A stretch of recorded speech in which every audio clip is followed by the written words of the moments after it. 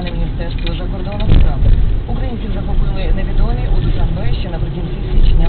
За звільнення наших співвітчизників викрадачі вимагали викуп $100 000. Операцію з визволення полонених проводять спецпідрозділ Міністерства внутрішніх справ Таджикистану. У цій країні порушили кримінальну справу за фактом викрадення українців. До цієї історії МВС не наводить.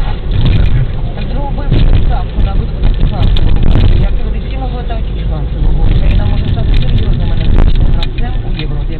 У цьому переконаний спеціальний департамент США з питань енергетики Карл Шварц.